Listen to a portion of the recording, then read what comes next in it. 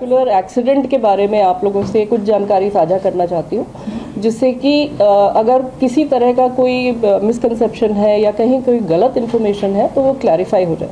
और शुरू में मैं आपके साथ कुछ छोटी मोटी जितनी भी डिटेल्स हैं जो आसानी से समझ में आ सकती है वो मैं आपको समझा दूंगी कि किस प्रकार ये हादसा हुआ और रेलवे ने उसके बाद क्या क्या किया, किस तरह से रेस्टोरेशन, सबसे पहले रिलीफ और रेस्क्यू किया, उसके बाद जब ये कंप्लीट हो गया उसके बाद रेस्टोरेशन के लिए हम लोग क्या काम कर रहे हैं और ये रेस्टोरेशन कब तक हो जाएगा, और कि ये जो इंजर्ड लोग हैं उनका क्या ख्याल किया जा रहा है और किस तरह से हम उनकी सबसे अच्छी देखभाल करने की कोशिश कर रहे हैं। उसके बाद अगर आप लोगों को कुछ और एडिशनल जानकारी चाहिए तो मेरी जहाँ तक समझ है या डिटेल्स हैं मेरी पास, मैं आपसे शेयर कर लूँगी। सबसे पहले ये हमने आपको एक मैप दिया है जो कि सिंप्लीफाई करके दिया है एक स्टेशन के बारे में। ये स्टेशन है बहनगा बाज़ार, ये बालासोर डिस्ट्रिक्ट में है, डिस्ट्रिक्ट हेडक्वार्टर से करीब 25 किलोमीटर दूर है। ये 2 तारीख की दुर्घटना है जब तकरीबन शाम के 6:55 पे कोरोमंडल एक्सप्रेस जो इस स्टेशन पे चल आ रही थी वो दुर्घटनाग्रस्त हुई और उसकी दुर्घटना की वजह से जो और गाड़ियाँ उस स्टेशन से या तो निकल रही थी या उस पर खड़ी हुई थी उनको भी इसकी चपेट में आ गई वो। तो अगर आप ये स्टेशन का लेआउट देखेंगे, ये आपके पास है, ये स्टेशन का लेआउट अगर आप देखते हैं इसमें 4 लाइन है, ये 4 लाइन का स्टेशन है। इसमें 2 लाइन है एकदम सीधी जिनको हम लोग मेन लाइन कहते हैं, तो जो थ्रू गाड़ियां हैं जिनको स्टेशन पे रुकना नहीं है वो इस मेन लाइन से सीधी निकल जाती हैं।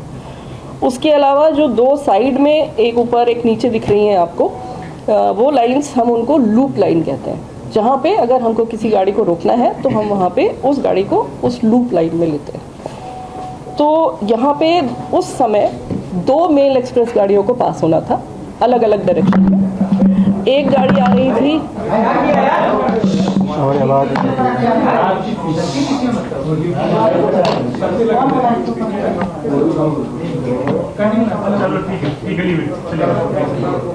मैं फिर से बता देती हूँ, कोई नहीं, मैं फिर से बता देती हूँ उसमें कोई चिंता की बात नहीं।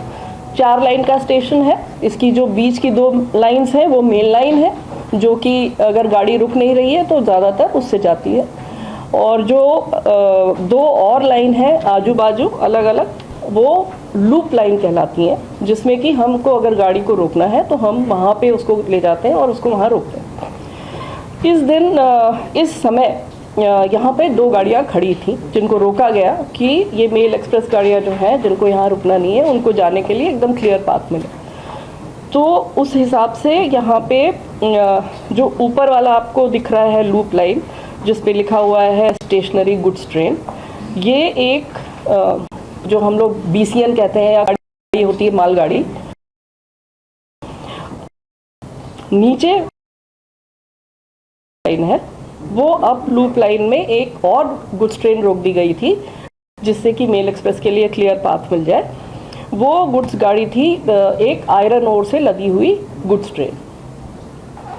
ये दोनों गाड़ियां यहाँ पे खड़ी कर दी गई थी और जिससे कि मेन लाइन का रूट सेट कर दिया गया था। चेन्नई की तरफ से आ रही थी यशवंतपुर एक्सप्रेस जो कि एक्चुअली बैंगलोर से आ रही थी, डायरेक्शन सेम है, बैंगलोर से आ रही थी हावड़ा जा रही थी।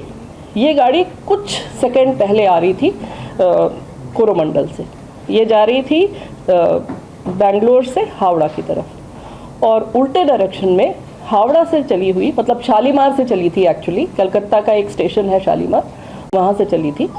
शालीमार से चली हुई ये गाड़ी कोरोमंडल ये चेन्नई जाने के लिए आ रही थी। इसके लिए भी मेन लाइन सेट थी, दूसरे डायरेक्शन की थी जिसको हम लोग अप मेन लाइन कहते हैं। उस लाइन का डायरेक्शन सेट था, रूट सेट था, हर तरह से सिग्नल सेट थे और सिग्नल ग्रीन थे। ग्रीन सिग्नल का मतलब है ड्राइवर को सिग्नल का इंडिकेशन अगर ग्रीन मिल रहा है इसका मतलब है उसका आगे का पाथ एकदम क्लियर है और वो सीधा अपनी पूरी स्पीड, जो भी उसको परमिटेड मैक्सिमम स्पीड है, उस पर वो अपनी गाड़ी को चला के ले जा सकता है। तो वो लगभग यहाँ पे इस सेक्शन पे इस गाड़ी के लिए 130 किलोमीटर की परमिटेड स्पीड है, वो 128 किलोमीटर पर आवर पे था, जो कि हम लोगों ने लोको के रिकॉर्ड से भी कंफर्म किया है। वो 128 किलोमीटर पर आवर की स्पीड पे था, कोरोमंडल वाला। और दूसरी डायरेक्शन से यशवंतपुर जो आ रही थी वो भी 126 पे थी, वो भी 130 पे परमिटेड है, वो भी 126 किलोमीटर पर आवर पे थी। इनके सबके लोगों के डेटा से हम लोगों ने ये कंफर्म भी कर लिया है कि ये स्पीड थी गाड़ियों की, जो कि उनकी परमिटेड स्पीड के अंदर थी, लिमिट पे थी। तो ओवर स्पीडिंग की कोई बात नहीं थी। सिग्नल एकदम जो उसको दिख रहा था ग्रीन था और उसको सीधा जाना था। किसी कारणवश जो कारण अभी इन्वेस्टिगेशन में है, और मंत्री जी, जैसा आप लोग देख ही रहे हैं कि मंत्री जी पिछले 36 घंटे से उसी साइट पे, और वो वहाँ से हिल नहीं रहे हैं। वहाँ पे वो रेस्टोरेशन, इन्वेस्टिगेशन, रिलीफ और जितने भी लोग हॉस्पिटल में भी हैं उनसे भी जाके मिल रहे हैं। तो he is doing everything from there and he is leading from the front. So उन्होंने अभी जानकारी दी है कि प्रिलिमिनरी फाइंडिंग से ऐसा लगता है कि सिग्नलिंग में कोई परेशानी पाई गई, लेकिन वो भी प्रिलिमिनरी जानकारी है। हमारे जो कमिश्नर ऑफ रेलवे सेफ्टी हैं उनकी जांच चल रही है, इसलिए उनकी जांच कंप्लीट हुए बिना हम लोग कुछ भी नहीं शेयर कर सकते हैं अभी डिटेल में, क्योंकि जो भी हम कहेंगे अगर वो गलत हो गया तो फिर वो ठीक नहीं होगा। इसलिए हम भी अभी इंतज़ार कर रहे हैं कि वो अपनी फाइंडिंग्स हमें कंप्लीट डिटेल्ड फाइंडिंग्स हमें बताएं, जिससे कि हम लोग पता कर सकें कि क्या कारण था जिसकी वजह से ये दुर्घटना हुई। दुर्घटना सिर्फ कोरोमंडल एक्सप्रेस की हुई है। ये भी एक चीज़ है जो कि सबको समझने की आवश्यकता है कि यहाँ पे 3 इंजन भिड़ गए और बहुत सी मल्टीपल ट्रेन्स जो है वो आपस में टकरा गई, कैसे सब एक ही रास्ते में थी। ये इस तरह की गलत इन्फॉर्मेशन या गलत समझ फ्लोट अराउंड कर रही है। तो उसको क्लैरिफाई करने के लिए मैं दोबारा ये बताना चाहती हूँ कि सिर्फ एक ट्रेन क्षतिग्रस्त हुई, एक ट्रेन का एक्सीडेंट हुआ जो कि कोरोमंडल थी। उस ट्रेन किसी कारण, जिस भी कारण के वजह से, जिसको हमें पता चलेगी अभी डिटेल में कि क्या कारण था, वो जो एक्सीडेंट ग्रस्त हुई और अप लूप लाइन में जो आयरन ओर की ट्रेन खड़ी हुई थी, जो मैंने आपको बताई मालगाड़ी, उससे टकराई। उसके ऊपर उसका इंजन चला गया, उसके कुछ कोचेस चले गए, और ये इतना तेज़ इम्पैक्ट था वो बेसिकली इसलिए था क्योंकि ट्रेन अपनी फुल स्पीड पे थी। 128 kmph पे मामूली चीज़ नहीं है। और दूसरी इशू ये था कि वो एक आयरन ओर की ट्रेन थी, जो कि बहुत ही भारी ट्रेन होती है। तो वो सारा इम्पैक्ट जो है, कोलिजन का इम्पैक्ट, अगर आप लोग किसी भी टेक्निकल कोलिजन एक्सपर्ट से भी पूछेंगे, कोलिजन का इम्पैक्ट उसने कम्प्लीटली रिजेक्ट कर दिया, क्योंकि वो आयरन ओर भरी हुई ट्रेन थी। एंड द एंटायर पूरा का पूरा इम्पैक्ट जो है वो सारा का सारा ट्रेन के ऊपर आ गया। कोचिंग ट्रेन थी ये। अब इस ट्रेन के बारे में भी मैं कुछ बताना चाहूँगी। ये ट्रेन है LHB ट्रेन, हमारी जो LHB कोचेस हैं उसकी ट्रेन है। ये LHB is a very very safe train. अगर आप और एक्सीडेंट्स इस तरह की ट्रेन के देखेंगे, आपको मिलेगा कि इवन एट फुल स्पीड ये ट्रेन कैप्साइज नहीं होते। इसके कोचेस जो हैं वो दे डोंट टर्न टर्टल, और इसलिए उसमें जो लोग होते हैं वो उनको कोई ज़्यादा इंजरीज नहीं होती है। अनफॉर्चुनेटली इस केस में ये ऐसा हादसा हुआ कि इस स्पीड पे अगर पूरा का पूरा इम्पैक्ट ट्रेन के ऊपर आएगा तो कोई भी दुनिया में ऐसी कोई टेक्नोलॉजी नहीं है कि वो इस तरह के जंबलिंग अप को प्रिवेंट कर सके। तो मालगाड़ी बिल्कुल नहीं डिरेल हुआ, क्योंकि आयरन ओर था वो। तो आयरन ओर इतना स्टेबल और उसकी सेंटर ऑफ ग्रेविटी इतनी स्टेबल होती है कि वो नहीं हिली तक नहीं, उसमें थोड़ा बहुत इधर उधर हुआ पर वो हिली नहीं। और पूरा इम्पैक्ट जो है वो इस ट्रेन के ऊपर आ गया, जो कि पैसेंजर्स के साथ थी, और उसकी वजह से ये इंजरीज और अनफॉर्चुनेट डेथ्स बहुत हुई। तो ये है बैकग्राउंड इसका। इसके साथ चूँकि इसके डिब्बे बिखर गए इम्पैक्ट की वजह से, कोलिजन की वजह से सारा इधर उधर बिखरे, तो उसमें से कुछ डिब्बे जो हैं वो अगर आप देखेंगे तो ये जो डाउन लाइन मेन लाइन है इसकी तरफ आ गए, और ये डाउन मेन लाइन पे यशवंतपुर एक्सप्रेस निकल रही थी, वो भी 126 की स्पीड पे जा रही थी। वो करीब करीब क्रॉस कर गई थी।